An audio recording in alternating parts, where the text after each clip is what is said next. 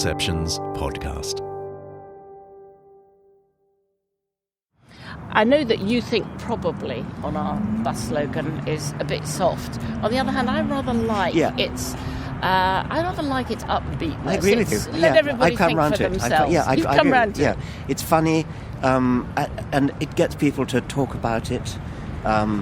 And if we'd said there's definitely no God, you can't say that. You can't say there's definitely no Father Christmas, and so it gets people to think. You and I get accused a lot. That's a clip from The Guardian of a conversation between writer Polly Toynbee and the famous evolutionary biologist Richard Dawkins. They're standing in front of a London bus, scrawled with the words, "There's probably no God. Now stop worrying and enjoy your life." It was all part of a 2009 advertising campaign, supported by organisations like Humanists UK.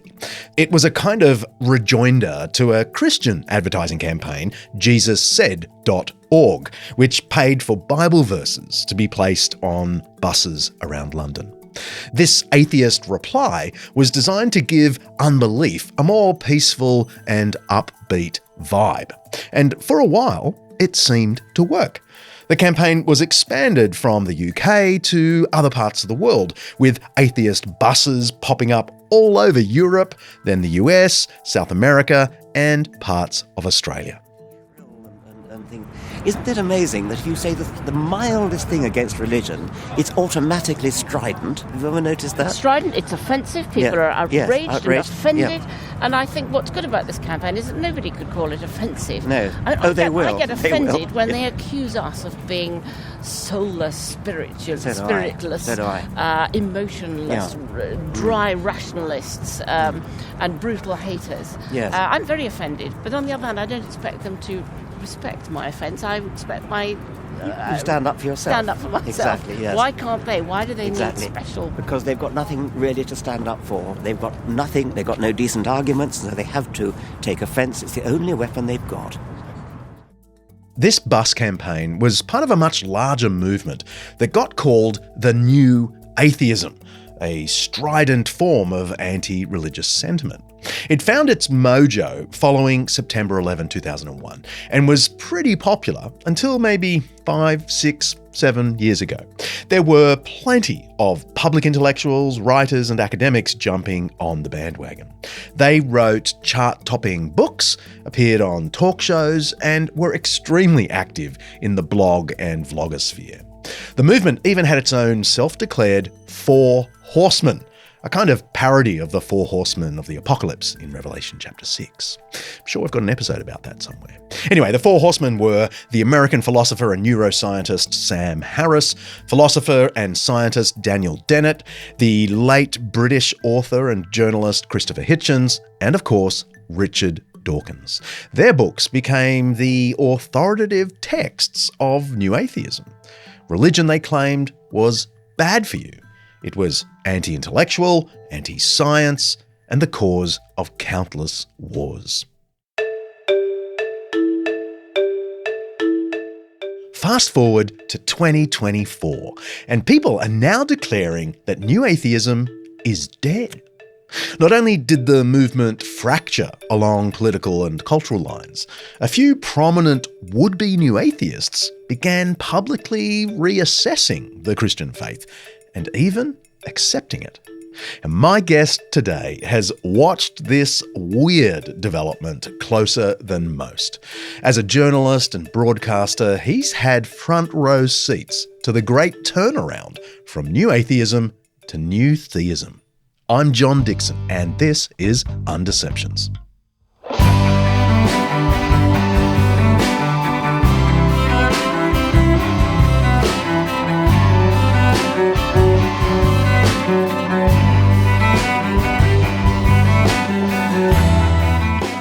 This season of Undeceptions is sponsored by Zondervan Academic. Get discounts on master lectures, video courses, and exclusive samples of their books at zondervanacademic.com/undeceptions. don't forget to write Undeceptions. Each episode here at Undeceptions, we explore some aspect of life, faith, philosophy, history, science, culture, or ethics that's either much misunderstood or mostly forgotten. And with the help of people who know what they're talking about, we're trying to undeceive ourselves and let the truth out.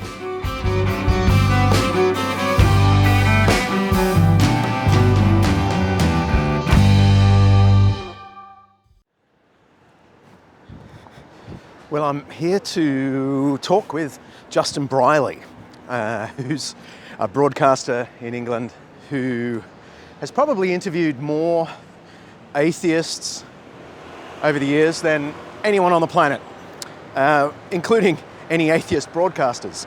Somehow he kept his own faith strong through it all, and he's written a book about what he reckons is the resurgence of Christian faith, or of belief in God at least, in recent years. But he's asked me to meet him at Lambeth Palace. Now, if you're not really a churchy, you won't have heard of Lambeth Palace, but it's a palace, and it's the residence and HQ of the Anglican Church. It's where the Archbishop of Canterbury has offices and a home. In fact, I've just passed Archbishop's Park, which is a pretty good giveaway that I'm in the right area. I have no idea why we're meeting at Lambeth Palace. Justin's not a church official of any kind, but here we are, Lambeth Palace. How do I get in? Doors open. Ah, there he is. Hey, mate. How are you? Thank you. Great to see you. Yeah. Come on. What's with here. Lambeth Palace? Well, come on.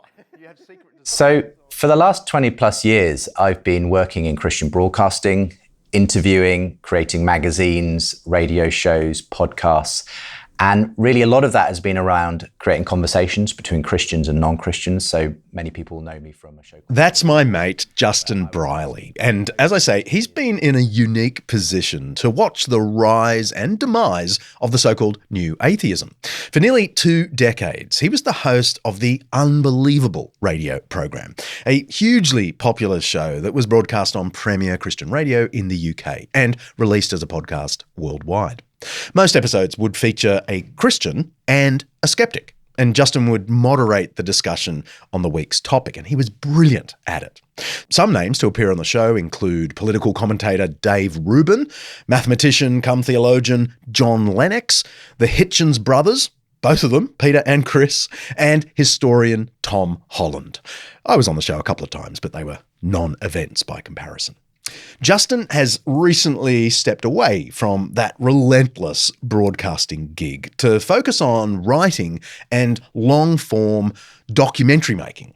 His new book makes the provocative claim that in the wake of New Atheism's collapse, we're seeing a rebirth of belief in God. It's not just that New Atheism is dead, Justin reckons. We've entered an age of new theism. You did it right on the sort of the wave of the New Atheism. I mean, I can't even bring myself to say those words anymore, but apart from anything that it's not new. But anyway, the so-called New Atheism, which was characterised by this strident, militant, angry sort of thing. But you just sort of hopped in there as this sweet, oh, tell me about your view approach. Were you deliberately countering the anger around religion in what you were doing? Or was it just, because you are a sweet man? I'd like to think it's because I'm a sweet man, John. But honestly, I think I was kind of fortunate in a sense. Richard Dawkins hadn't actually published his best-selling book at the moment I started that show, but it did land about 9 months later. And this new boom of anti-God publishing suddenly was there, the New Atheism, and that turned into all kinds of other aspects, an online kind of militant, quite dogmatic form of anti-theism. And being in the middle of that conversation, I think was the perfect foil in a way for the radio show. It enabled us to hit those questions head on. These were big, dramatic media personalities that we were able to engage at this time. So in a way, it was a gift for having these kinds of conversations, having that very strong kind of anti-Christian voice at the time. A watershed moment for the new atheism was the release of Richard Dawkins' seminal work, The God Delusion, back in 2006. Dawkins offered a case that there was almost certainly no God, and to believe in a personal God was just deluded. It's been translated into over 35 languages, with sales topping 3 million worldwide. I'm not at all jealous. Sam Harris's The End of Faith, 2004, Daniel Dennett's Breaking the Spell, 2006, and Christopher Hitchens' God is Not Great, 2007, also made huge waves. You could say these books became the Gospels of new atheism. Of course, the success of these books also opened up the door for a public Christian response.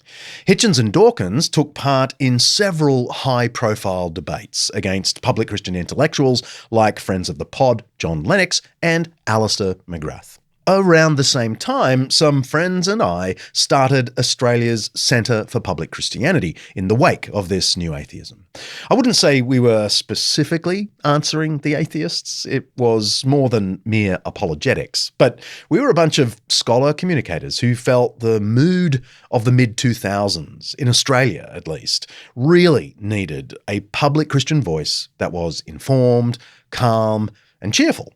Our public motto was promoting the public understanding of the Christian faith with the best of scholarship and the best of media. Our private motto, one we joked about all the time, was to leave people thinking Christianity wasn't as dumb and mean as they thought. I was with the Centre for the first 10 years, and some of my happiest and most productive years were at the Centre. They're still going strong. Go check them out. Here's a free ad for them, publicchristianity.org. Go visit them and then head straight back to undeceptions.com. Anyway, sorry, back to Justin, who's pretty much a one-man Centre for Public Christianity. What I was really concerned about was that Christians shouldn't be ducking these issues, that we shouldn't be running away fearful or simply fighting back in a kind of aggressive way, but we should actually invite people around the table, and that was the whole point of the show. Because the fighting back often comes from insecurity, actually, doesn't it? The sort of lashing out. Whereas a more secure kind of Christianity does take your approach. I agree. I would say confident Christianity is not being able to give all the right answers. It's being able to listen to people and hear their point of view and not sort of have a knee-jerk response of fear or feeling like you have to shut them down. So for me, that was the wonderful thing that hosting all of these conversations over many years did. It just enabled me to hear people and to let them have their say. And yes, there would be a time for giving answers and responses, but it was about just letting people be able to talk and not to run away or respond in some kind of fear-driven way. Do you really think there was a turning against God come, the year 2000, 2001 through 2005, right? Or was it just this high-level media populism anti-Christianity? Because I've often felt there's sort of two stories going on at the same time. There is a kind of the public square, which is very different from what normal humans think. But I'm interested to know what you reckon, particularly in Britain. I think that, if you like, the new atheism was the capstone to a long period, obviously, of secularization. But I think the things that triggered that particular interesting movement, and I would say it had a shelf life of about 10 or 12 years, was, I think, 9/11. There was the rise of what many people saw as religious fundamentalism and extremism.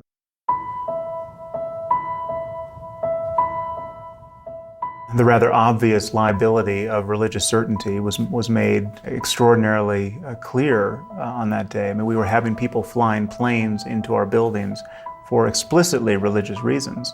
What was also made clear is that we were going to deny the religious rationale because of our own attachment to our own religious myths. I mean, the only language we could find as a culture to comfort ourselves was to endorse our own God talk.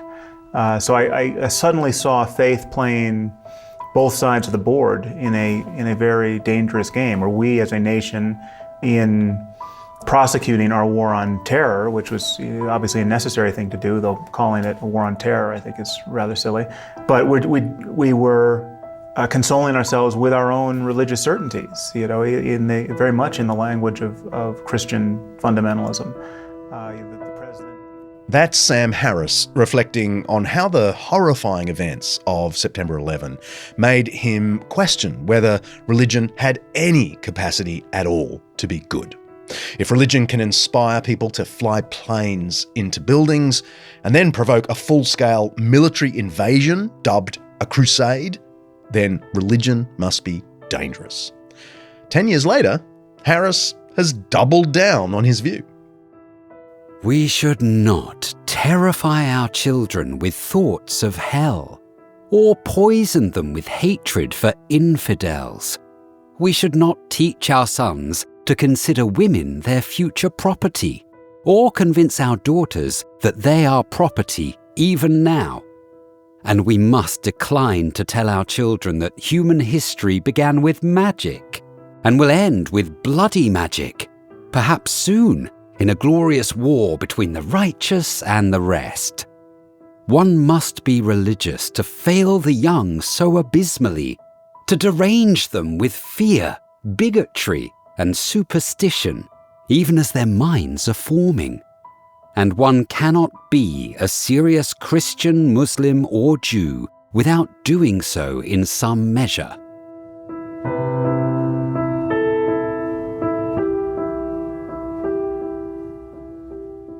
A lot of these atheist writers and popular speakers were able to tap into a certain kind of fear that drove among a lot of people.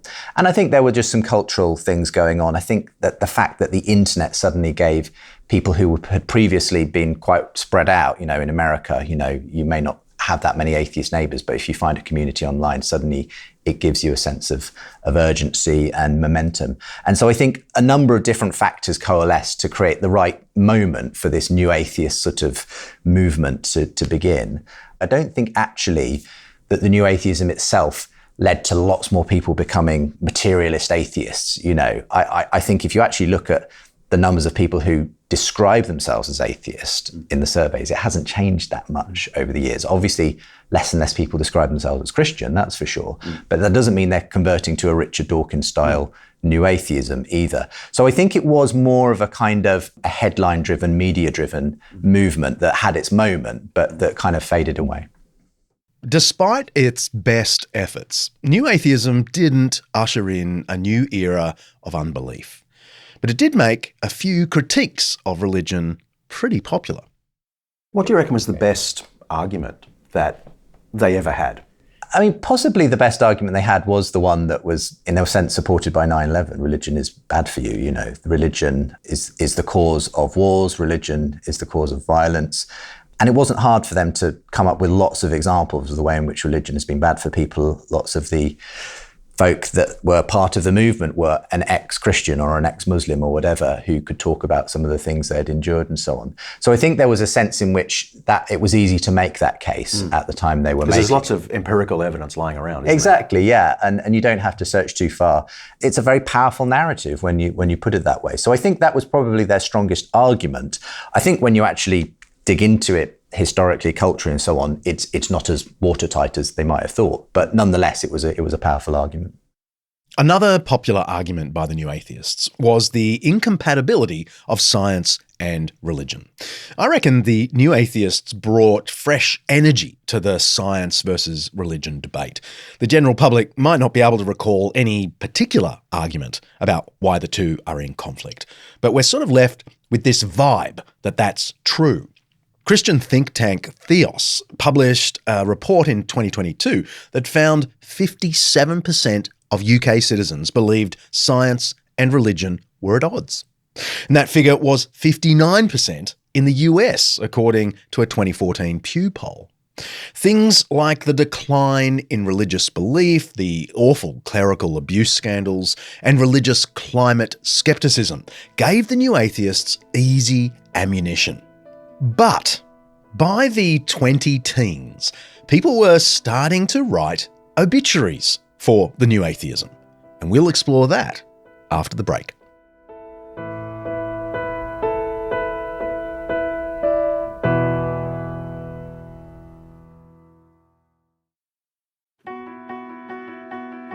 This episode of Undeceptions is brought to you by Zondervan Academic's new book, Jesus and the Powers by N.T. Wright and Undeception's favourite, Mike Bird.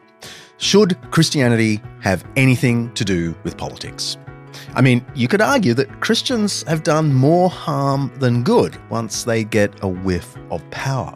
Mike Bird and N.T. Wright address this question and other questions in this magnificent overview of the political implications of the Christian faith and the Church's historical engagement with the powers and principalities.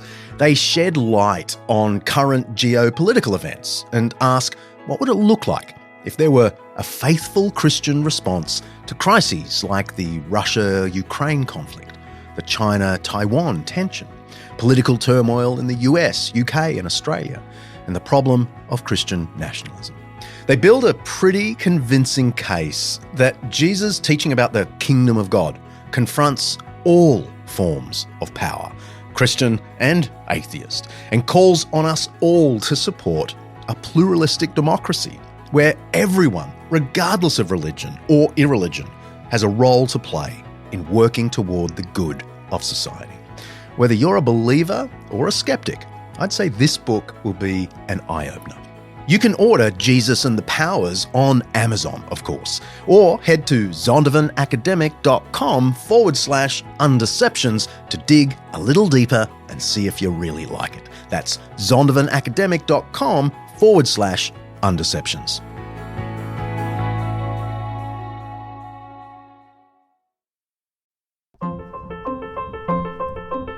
Today, the Sunday Assembly, or as it's better known, the Atheist Church, is launching 35 new services in cities across the world. There's ones in New Zealand, Hungary, France, the UK, and 16 here in the US. So I'm here at the one in Strongsville, Ohio, just outside Cleveland, and we're going to see what it's all about. Nature's way of receiving you. It's nature's way of retrieving you. Nature's way of telling you something's wrong. That's another clip from The Guardian, from the opening of a Sunday assembly, aka Atheist Church. The first one opened in 2013 in North London, and shortly afterwards, assemblies were opening up all over the world. There were songs, coffee, Sunday school, and even sermons from atheist thinkers, about science, of course. One journalist referred to it as Pentecostalism for the godless. Nice.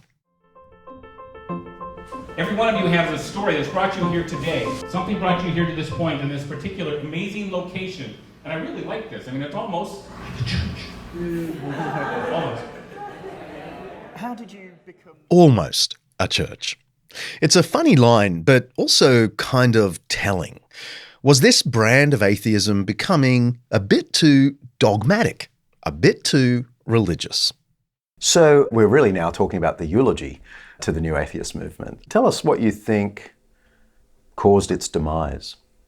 So I think New Atheism had issues that led to its downfall, if you like, both from outside and within the movement. I mean, on the outside, I think it just became a little bit passé, almost a bit of a caricature of itself in some ways, because I think people started to see that it had its own kind of dogmatism and fundamentalism to it, this sort of shrill tone that was often associated with it. And people started to tire of that because I think people felt like, well, it feels a bit religious itself. It's very zealous, evangelistic. It has its high priests in these so-called four horsemen of New Atheism, sacred texts, even its sort of orthodoxy, scientific materialism, you could say. And if people diverged from that, they were seen as heretics. So it took on this slightly quasi-religious nature. And I think some people, even within the movement, bridled at that. And I think ultimately it didn't actually answer the ultimate questions people had around meaning and purpose. Once they'd torn God down, if you like, they didn't have anything positive to replace God with. I don't think science and reason alone are enough to build that kind of positive worldview. This is the sort of Achilles heel of atheism, isn't it? I mean, humans are meaning-seeking creatures. Absolutely. And you can't change human nature. Exactly. And to that degree, I think because atheism is almost by definition a negative statement, something that is about what it is not, it's very hard, I think, for atheists to then build a positive. Now, obviously, people have tried. There have been various forms of secular humanism and so on. But in the end, as I believe a lot of those are still kind of, in a sense, borrowing from essentially a Christian worldview in terms of the way they build those ethical systems. But I think there was also an internal issue. We'll have more to say about Tom Holland later on, but if you want to hear his take on why the modern West remains steeped in Christianity, check out episode 45, Christian Revolution. Al has you covered in the show notes. But I think there was also an internal issue with New Atheism, and that was simply that it started to unravel from the inside. I was a sort of bystander watching some of this happen at the time and sometimes reporting on it and speaking to some of the leaders involved. But there were various moments where the movement started to experience internal controversies, fallouts. So one particular moment that I catalogue in my book is 2011. There was this incident called Elevator Gate, involving a skeptical vlogger called Rebecca Watson, who goes online as Skepchick. And she had been speaking at an atheist conference in Dublin alongside people like Richard Dawkins, having had late night drinks at the bar, going back to her room about 4 a.m. in the morning, and having just given an address that day on the problems of misogyny and patriarchy and sexism in the atheist movement. She was then propositioned by one of the delegates on her way up to her room, do you want to go back to my room for coffee? Anyway, she vlogged about this, a short while later. Just a word to the wise here, guys, don't do that.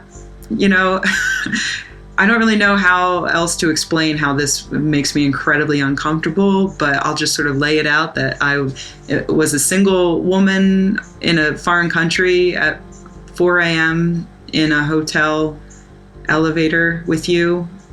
Just you, and don't invite me back to your hotel room right after I finished talking about how it creeps me out and makes me uncomfortable when men sexualize me in that manner. So, yeah. That might have been the end of the story, except that Richard Dawkins then weighed in with a heavily sarcastic response to this, titled Dear Muslima. And essentially he was parodying this idea that, American atheist women have problems compared to, the plight of religious, people who live under religious regimes and so on, and saying, you may be, having your hands cut off and so on, but consider the plight of your poor American sisters being asked for coffee. Dear Muslima, stop whining, will you? Yes, I know you had your genitals mutilated with a razor blade and yawn. Don't tell me yet again. I know you aren't allowed to drive a car, and you can't leave the house without a male relative, and your husband is allowed to beat you, and you'll be stoned to death if you commit adultery. But stop whining, will you? Think of the suffering your poor American sisters have to put up with. Only this week I heard of one. She calls herself Skepchick, and do you know what happened to her? A man in a hotel elevator invited her back to his room for coffee. I am not exaggerating, he really did. He invited her back to his room for coffee. Of course, she said no, and of course he didn't lay a finger on her, but even so, Richard. This just ignited the whole debate, this heavily sarcastic response from Dawkins. And I think this moment actually people started to realize in this moment, well, what do we stand for? Because there was one part of the New Atheist movement who were very concerned about things like women's rights, feminism, and so on. Dawkins found himself in a comment thread war of words with Watson's supporters, but he doubled down. She was probably offended to about the same extent as I am offended if a man gets into an elevator with me chewing gum. But he does me no physical damage, and I simply grin and bear it until either I or he gets out of the elevator. It would be different if he physically attacked me. Dawkins eventually apologised, sort of, 3 years later. But the damage was done. Elevator Gate was one in a series of unpleasant incidents that led to the fracturing of New Atheism and the spawning of Atheism Plus. Atheism Plus went beyond non-belief and looked to address broader issues like misogyny, sexism, homophobia, and racism. According to a blog post by founder Jay McCrite, Atheism Plus was atheists plus we care about social justice. Atheists plus we support women's rights. Atheists plus we protest racism. Atheists plus we fight homophobia and transphobia. Atheists plus we use critical thinking and skepticism. But not everyone jumped on board. Then you had another part of the movement that went in a very different direction, who felt that this was all just politically correct ideology, taking over their sort of free thought movement. And in the end, you could say that it was the culture wars, really, that ended up killing New Atheism, because this was just the first of many, many issues that suddenly started dividing those within the movement, as they couldn't agree where they should be as skeptics. There wasn't enough to unite them. Just their belief that God didn't exist and religion was bad for you, it wasn't enough to actually give them a positive ethic for what we should do next with this movement. Ideological fractures weren't the only problem to hit the New Atheism. Sunday Assembly's numbers tanked, with over half of all services folding by the turn of the decade. This came as no surprise to some commentators. Pew Research Centre statistics suggest that only about a third of people who select no religion in surveys fall into the category of principled rejectors of organised religion or principled embracers of atheism. The majority are just indifferent to religion. It's not exactly a basis for community.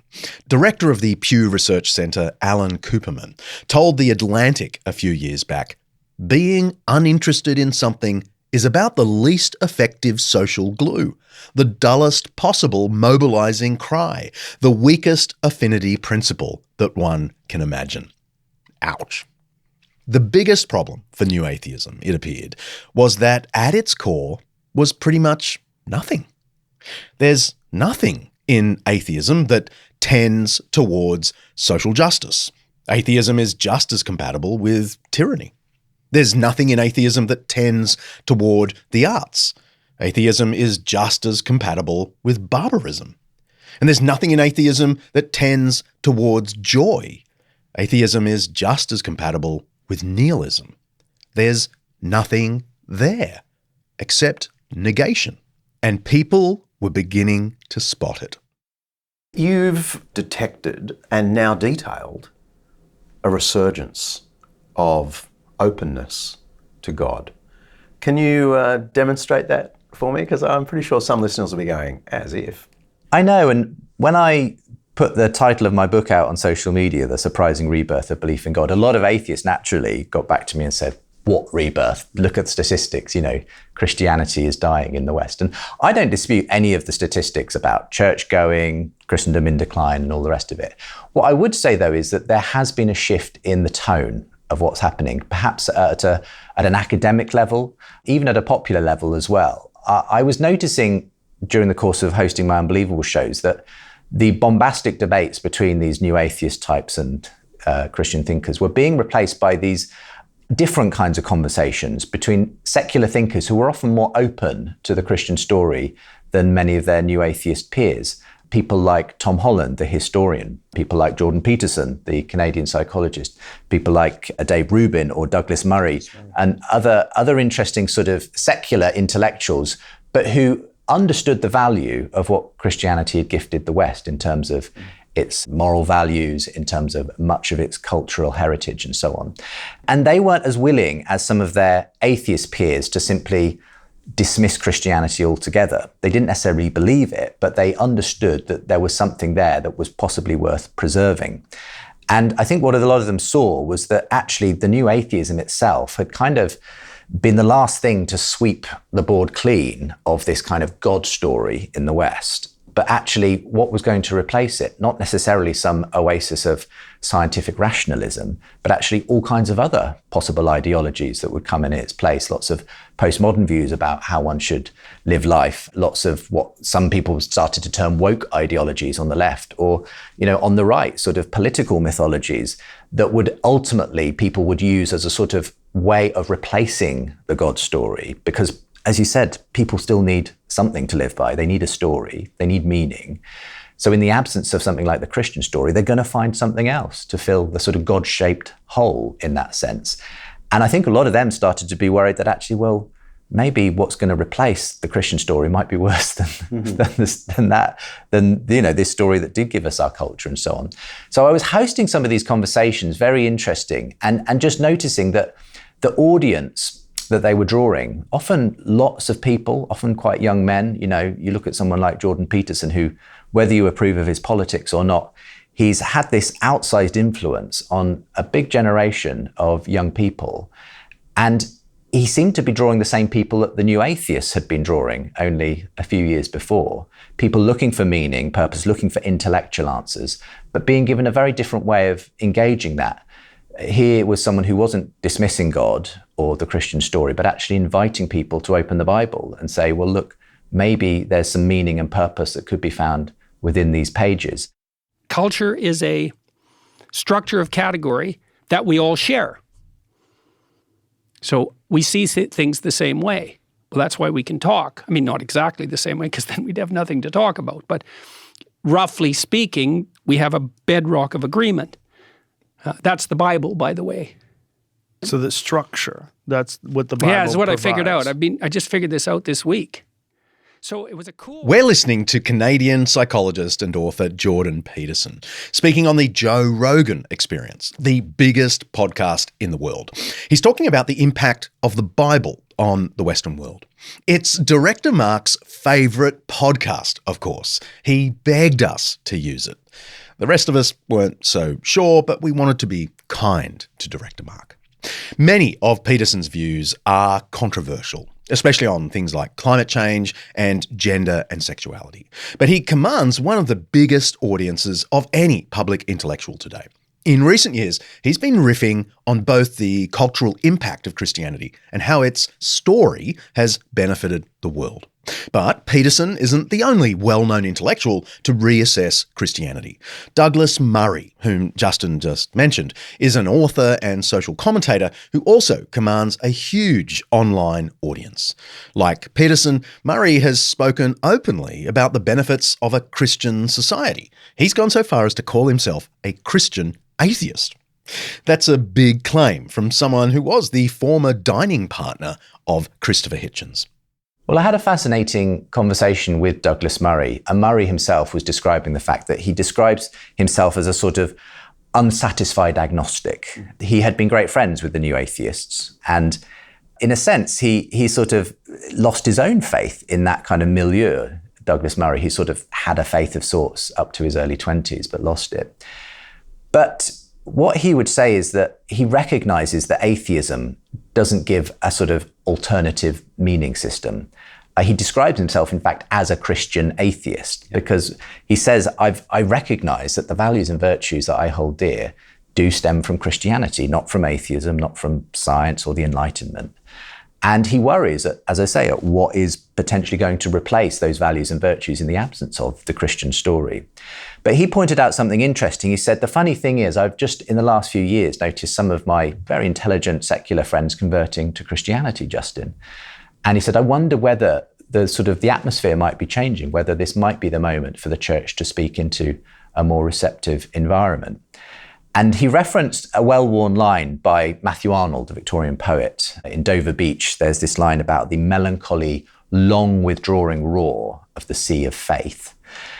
And he says that's often been used to denote, faith going out with the Enlightenment, science, technology, etc.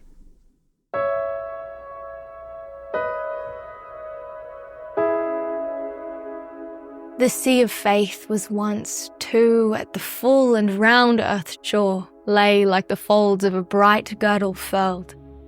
But now I only hear its melancholy, long, withdrawing roar, retreating to the breath of the night wind, down the vast edges, drear and naked shingles of the world. But he said, but the sea of faith could come back in again. After all, that's the point of tides. And that was just fascinating to me, because I think Douglas Murray recognized that actually atheism and the secular direction that culture is going in isn't necessarily the end of the story, that sometimes people are hungry enough for something beyond that, then they might just start to open themselves up again to the story again. And that's really the way I see it. I think he's onto something there. When you look at someone like him, who is obviously a hugely intelligent, cultural commentator, journalist, but who recognizes that it's very difficult to get meaning, purpose, identity, value out of something other than the Christian story that's informed the West. I think you've got to ask yourself, well, maybe there is a changing of sort of the intellectual atmosphere, people who are opening up to this again. I think a lot of these new secular thinkers, understanding that there was a meaning crisis in our culture that new atheism had failed to address, even to some extent precipitated, and that actually, in order for people to live flourishing, meaningful lives, they needed more than just being told God doesn't exist and science is great. They needed to be given a bigger, fuller picture of reality. And a lot of them have been turning back to the ancient wisdom of scripture, of religious tradition. And I've been fascinated to see that even though some of these secular intellectuals don't necessarily themselves confess a faith, they've been opening the door to other people to walk through.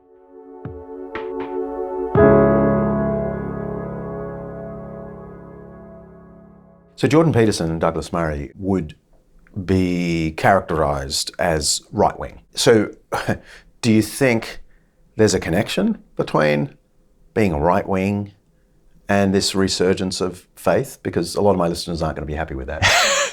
I think there's a connection between, I think, obviously conservatism and right-wing, and I think because it values the past still. Yeah, I think there's a natural they're natural bedfellows that those who kind of want to conserve the past and the sort of structures and some of the values that brings are inevitably going to probably be right, on the right of social, cultural, political issues to some extent. Even though justice and equality and those sorts of things are fabulously Christian gifts to the West. I think that's the kind of irony of the thing, is that you do, in a sense, get people who are kind of valuing those values. They would say, yes, of course, it's just there's going to be a difference in how they think they should be inculcated in our culture.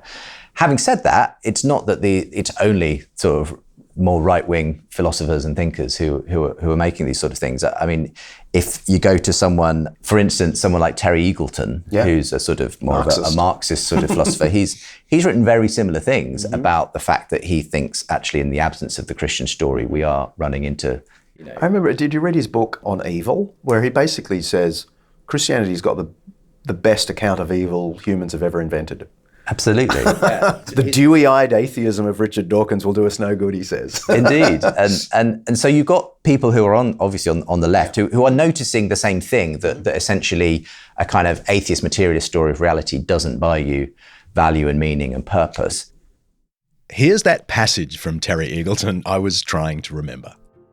Today, ironically, a mindless progressivism poses a greater threat to political change than an awareness of the nightmare of history. The true anti-realists are those like the scientist Richard Dawkins, with his staggeringly complacent belief that we are all becoming kinder and more civilized. It is true that some things get better in some respects, but some things also get worse. And of these, the dewy-eyed Dawkins has scarcely anything to say. Nobody would gather from his smug account of the evolving wisdom of humanity that we are also faced with planetary devastation, the threat of nuclear conflict, the spreading catastrophe of AIDS and other deadly viruses, neo-imperial zealotry, mass migrations of the dispossessed, political fanaticism, and a reversion to Victorian-type economic inequalities. Terry Eagleton on evil. Christianity tells you both how far we're fallen and makes no illusions as to how deep the sin of the human heart can go, but also offers this extraordinary grace and love as a counter to it.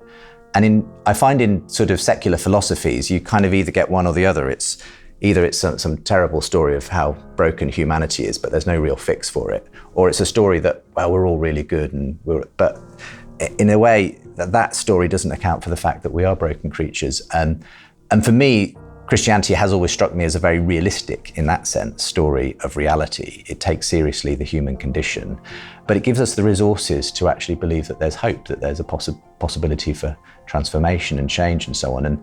And as I say, whether these thinkers sort of position themselves on the left or the right, culturally speaking, I think what's apparent is that they're all noticing that there is this so-called meaning crisis, that people don't have a story to live by anymore. They're filling the void with lots of other stories. But it's actually quite a burdensome thing. Having to invent yourself from scratch is incredibly draining in our modern culture. It's only been exacerbated by modern technology, social media, and everything else. And I think one of the reasons why we are seeing a modern mental health crisis, anxiety, depression, suicide, and so on, is partly because people are struggling to find a story that makes sense of their lives any longer. And you've got to ask, how long can that go on for before people start to maybe go back to the thing that once did give them that solidity, that sort of shared understanding, that communal narrative about what life is like, the Christian story. And I find in all kinds of ways it continues to be there under the surface, even if people have forgotten the story. It's perhaps not going to be too hard to remind them of it, because ultimately so much of what we do still essentially rides on the coattails of the Christian Revolution 2,000 years ago. We'll pick this up with Justin Brierley in just a minute.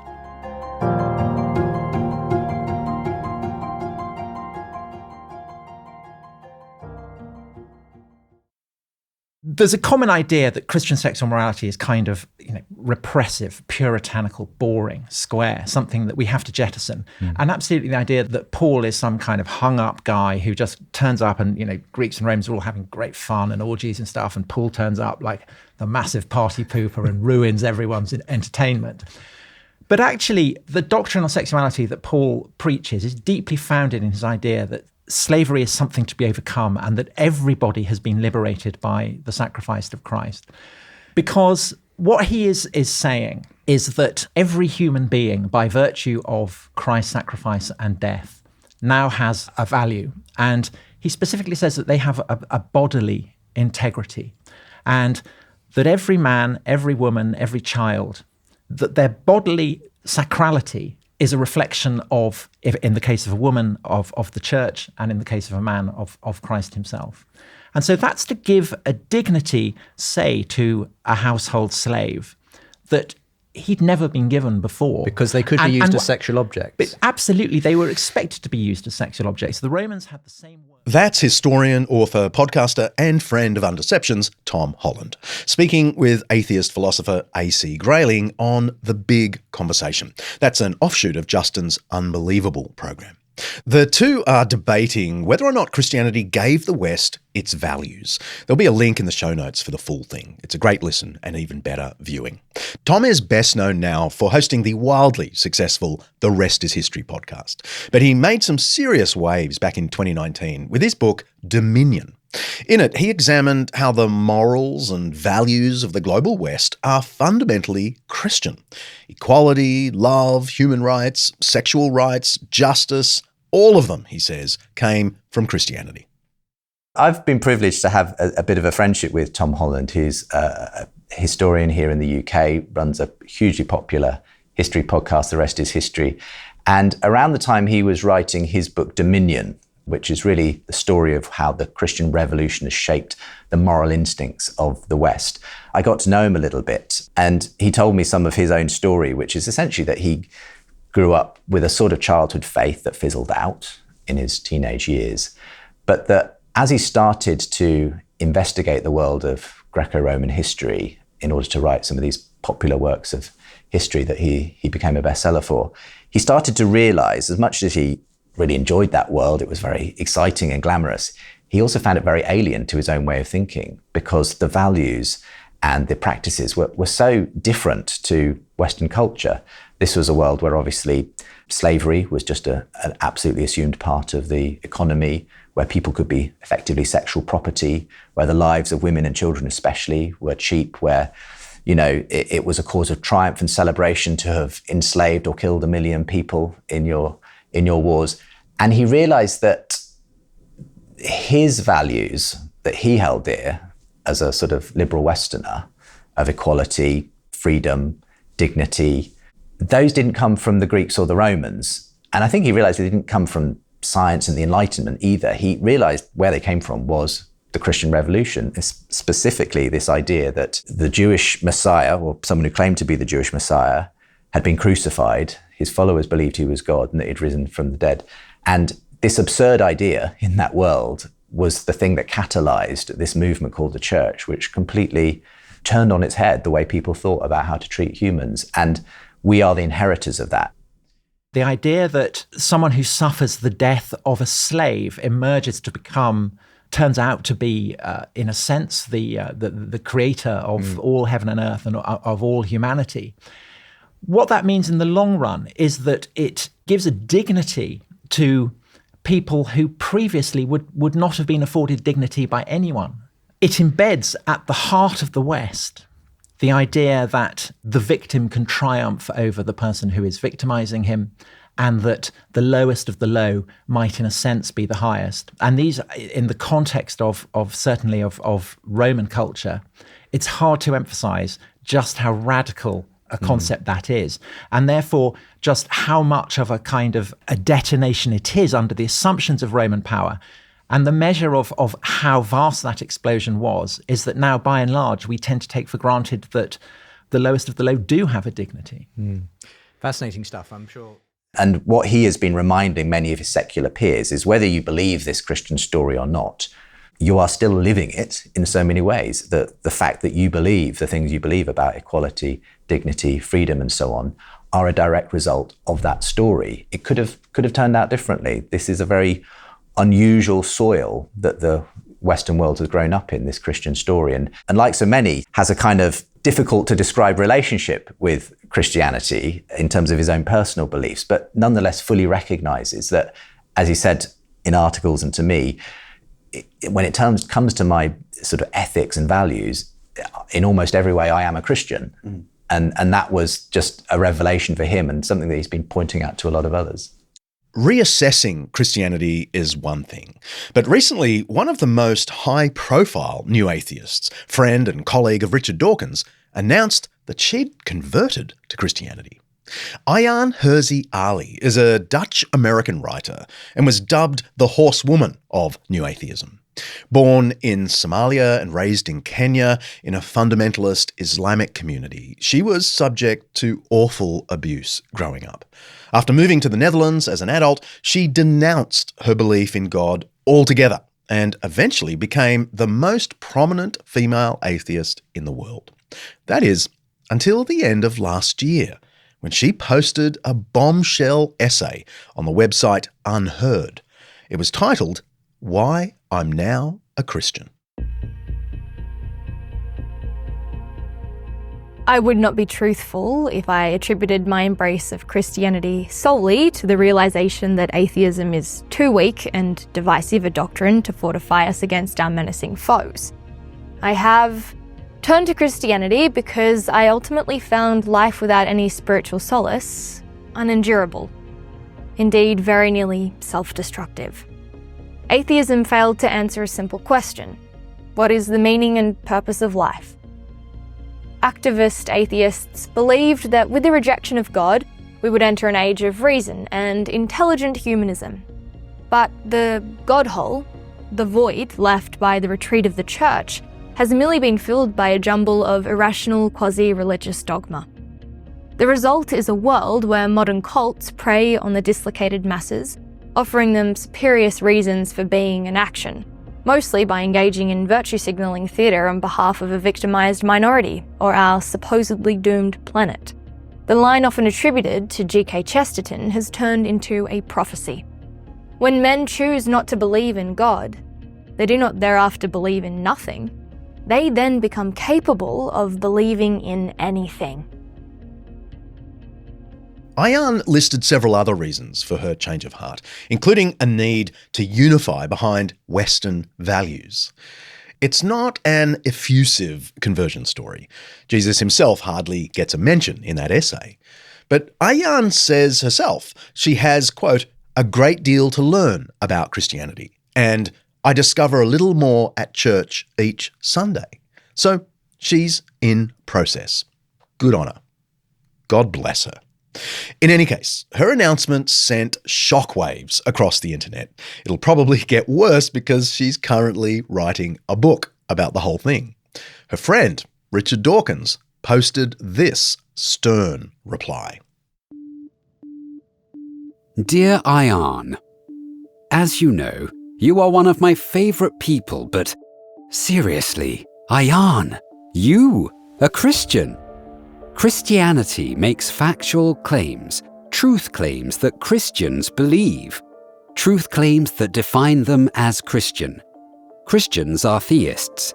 They believe in a divine father figure who designed the universe, listens to our prayers, is privy to our every thought. You surely don't believe that. Do you believe Jesus rose from the grave 3 days after being placed there? Of course you don't. Do you believe Jesus was born to a virgin? Certainly not.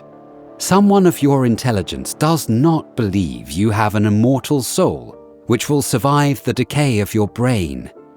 Christians believe in a frightful place called hell, where the souls of the wicked go after they are dead. Do you believe in that? Hell no! Christians believe every baby is born in sin and is saved from hell only by the redemptive, preemptive in the case of all those born Anno Domini, execution of Jesus. Do you believe anything close to that nasty scapegoat theory? Of course you don't. Ayan, you are no more a Christian than I am. Ayan's story was a landmark moment for new theism. One of the most prominent new atheists had officially switched sides. But what does it mean exactly? I had to ask Justin if he reckons this is a real spiritual phenomenon and turning point, or perhaps just a social, even political development. So, to what extent do you think this is bringing, or going to result in people actually developing a faith versus simply giving Christianity a new nominal respectability? I think there's a great danger it could go in that second way, just a sort of nominal respectability. But what I have seen is that there are certainly examples of people who have come to faith, partly through the fact that this breath of fresh air, if you like, has been brought into the room, that I think under the sort of the new atheist kind of moment in our culture, while that was riding high in popular culture, it was actually hard for a lot of people to even take this seriously in the first place. It was so unfashionable almost. I think what's interesting is now that that phenomenon has kind of died off, and in fact there's been this resurgence, I think, in lots of areas, across lots of people talking in events and podcasts and media about Christianity and the fact that it does have this background, this cultural heritage, that it gives people permission to just take it possibly seriously again. And when that's happened, I think people who are potentially open to it suddenly find that actually this is something I can believe in. And I've heard a lot of stories of people who have gone all the way to Christian faith because they started, watching, videos of Jordan Peterson, or they started with, a Tom Holland podcast or whatever it is. And for me, that's not a sign that there's going to be some great revival of Christianity, but it is a sign that something's changing in the culture when there's a kind of a permission to start investigating Christianity again. Inevitably, I think the problem will be is that a lot of people might just stop at that point of saying, well, I'm content to believe that, Christianity wasn't all bad. And yes, I can understand that it's given us some of our moral values, but that's enough for me, because not everyone will want it to take it to the next stage. I think the question is for me whether we can continue to enjoy the benefits of Christianity if we do say that, our culture has benefited from, equality, dignity, value, purpose, and so on, that story is brought into the lives of so many people. Can we continue to see that flourish in the absence of the story itself, if you like? If people don't believe that story is true in the first place, my question is, can you have the fruits without the roots, as they say, if you cut that off? And so I think in the end, ultimately, time will tell as to whether people actually take this seriously enough to believe it could really have happened. My hope is they will, because I think I'm seeing, alongside the kind of the openness in intellectual circles to the value of Christianity, I'm also seeing a real resurgence of people pointing out that actually, not only would you want this to be true, there are good reasons to believe it is true. People like you, John, for instance, who have done your bit in kind of making the case for the historicity of the New Testament documents and things like that. And increasingly, I'm seeing more and more of a kind of pushback against that simplistic atheism or sort of skeptical perspective that simply poo-poos and dismisses the historical basis. Well, the irony of Christianity. that new atheist movement was that their arguments, philosophical arguments, historical arguments, and even scientific arguments were so poor. I like the way you put it at the very beginning. Their strongest argument was the bad behaviour of Christians. But it was just so surprising how weak their arguments were and how there are answers to these difficult questions. There are indeed. And for those who are willing to look into it, I think that we're living in a world now where it's not as hard as it used to be to find those answers. Now, I think the church... There's lots of crap out there Yeah, as well. absolutely. That's the problem. You have to cipher all of the stuff that's out there. And that's the problem. We're living in an information overload world. And so it's how do you get to the real truth of the matter? But I believe, for those who are willing to look, there are some really great ways of understanding what the Christian faith is about and the historical arguments for it. I think a lot of this will depend ultimately on how the church plays this, because in the end, the church has to be the carrier of this news.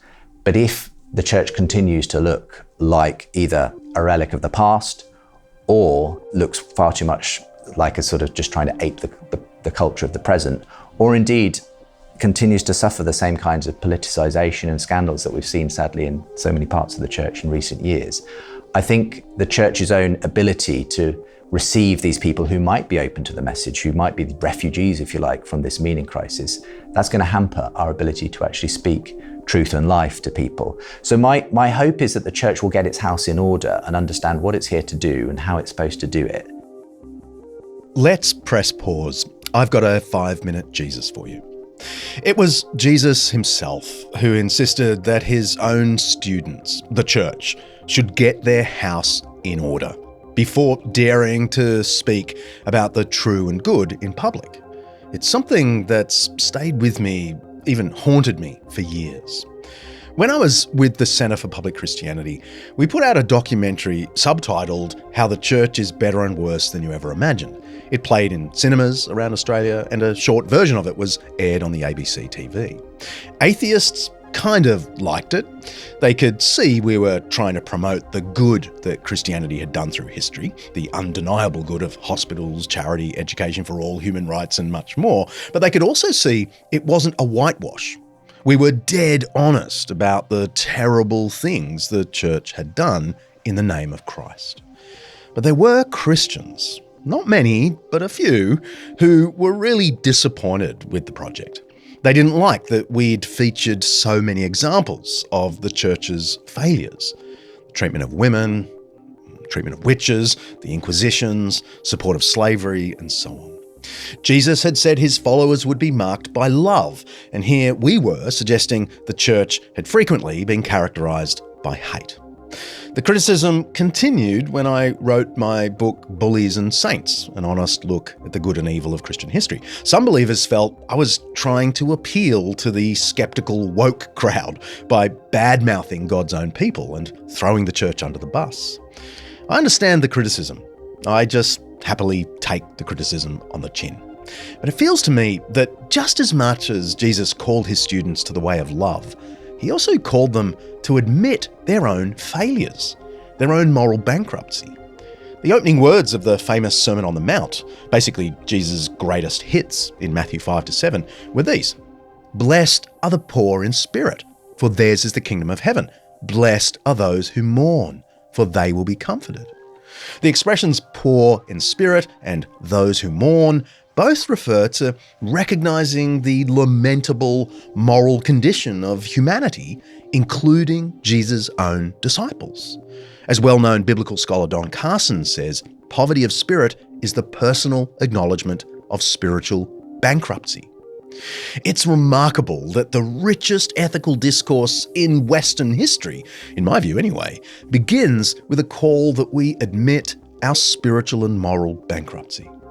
Then there's the statement toward the end of the Sermon on the Mount, as Jesus is wrapping up his amazing teaching about love, sexual purity, honesty, humility, and so on. Having advocated for the most stringent moral outlook imaginable, Jesus then tells his followers, Why do you see the speck in your neighbour's eye, but do not notice the log in your own eye? Or how can you say to your neighbour, let me take the speck out of your eye, while the log is in your own eye? You hypocrite. First take the log out of your own eye, and then you will see clearly to take the speck out of your neighbour's eye. Go check that out in Matthew chapter 7. One thing you can't do when you have something in your eye, even a tiny particle, is see clearly. And Jesus is speaking here of getting an entire log in the eye. He was fond of rhetorical hyperbole, and this is almost humorous. The point about the log in the eye is that his students were meant to be more conscious of their own wrongdoing, the log, than the wrongdoing of others, the speck. When critics expose the failings of the church and a Christian concedes it, this isn't letting the team down or airing the church's dirty laundry in public. It's just doing what Jesus said, worrying more about our wrongdoing than the wrongdoing of others.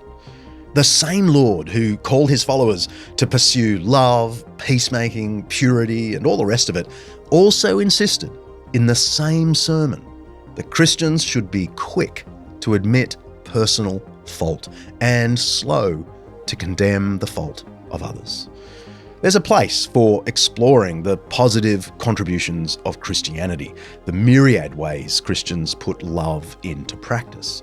But I can't see how any of that material would make sense to a thoughtful skeptic if Christians aren't willing first to admit the systemic failures, the log in the eye of the church itself.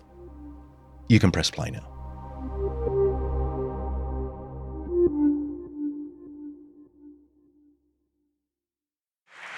The most dangerous idea in human history and philosophy remains the belief that Jesus Christ was the Son of God and rose from the dead. And that is the most dangerous idea you will ever encounter. I have to agree with that. Just quickly, I think you can't really leave it there. Why dangerous? I can't really leave it there because it alters the whole of human behavior and all our responsibilities. It turns the universe from a meaningless chaos into a designed place in which there is justice and there is hope. And therefore we all have a duty to discover the nature of that justice and work towards that hope. It alters us all. If we reject it, it alters us all as well. It is incredibly dangerous. It's why so many people turn against it. That's Peter Hitchens, brother of new atheist horseman Christopher Hitchens, at the Sydney Opera House on ABC National TV, giving a forthright account of why the Christian faith, his faith, really matters. It was a call to action in one of the most secularized settings in my homeland. As he sees it, Christianity cuts through the culture wars and gives confronting answers to ethically tricky questions and to ultimate questions of eternal reality, of eternal destiny. So I asked Justin, as we finished our conversation, to offer his own call to action. He's not as dramatic as Peter Hitchens, but he is wise, and his suggestions are no less dangerous. You are someone who has interacted with the most hardcore atheism right through to seeing people actually embrace the Christian faith deeply. So can we end by you just talking to my listener who's not sure what to make of it? What's some advice for just taking the little steps in the right direction that might end up with a genuine experience of Christ? I think wherever you find yourself, whether you think of yourself as a skeptic, interested, agnostic, someone maybe who feels like you're practically across the doorway or whatever, it's just about following truth ultimately. I think we can follow truth. The problem is it's so hard sometimes, I think, to dissociate the stories our culture is telling us, our own internal biases, the baggage we've picked up, to get to sort of this quote-unquote objective truth.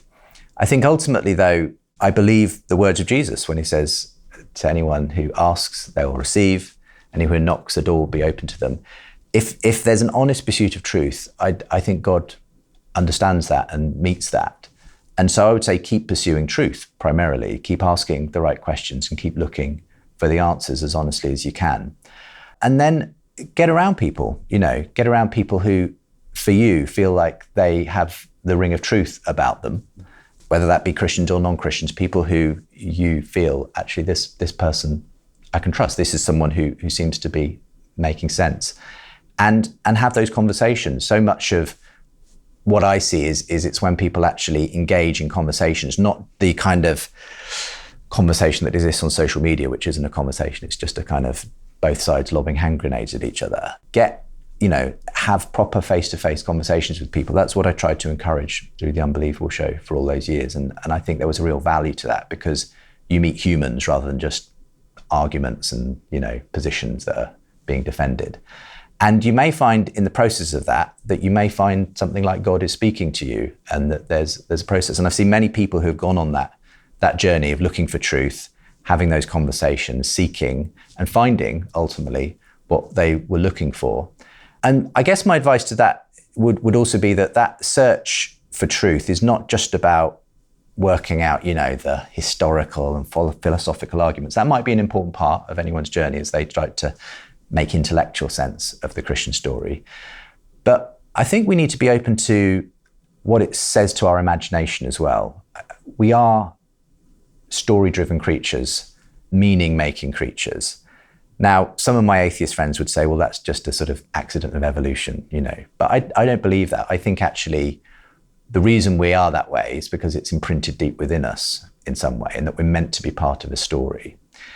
And very often, that's why we find stories in cinema, literature, art, music speak to us so deeply. It's because they're speaking to another part of us, apart from our logical left brain, if you like.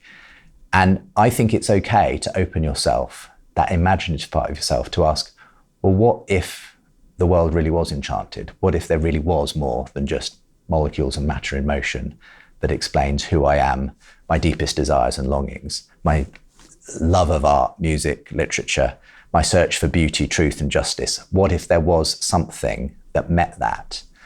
And I think if you open yourself to that possibility, you'll find that, again, Jesus is on the other side of the door waiting for you. So I can just only encourage you to both search with your mind and your heart, and you'll find what you're looking for.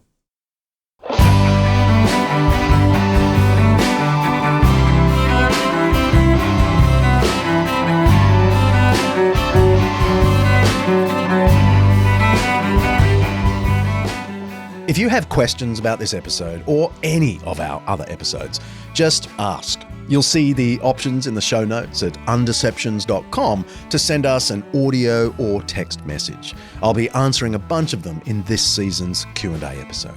And if you want to support us, click the large donate button on our main page, undeceptions.com. For our US listeners who'd like to give a tax-deductible donation, there's a link there specially for you. We really appreciate it. See ya.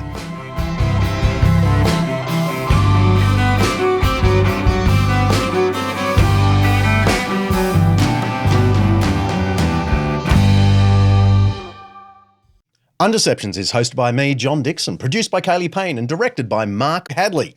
Sophie Hawkshaw is on socials and membership. Alistair Belling is writer and researcher. Siobhan McGuinness is our online librarian. Lindy Leviston remains my wonderful assistant. Santino DeMarco is chief finance and operations consultant. Editing by Richard Humwee. Our voice actors today were Dakota Love and Yannick Laurie. Guys, we love your work. Special thanks to our series sponsor, Zondervan, for making this Undeception possible. Undeceptions is the flagship podcast of undeceptions.com, letting the truth out.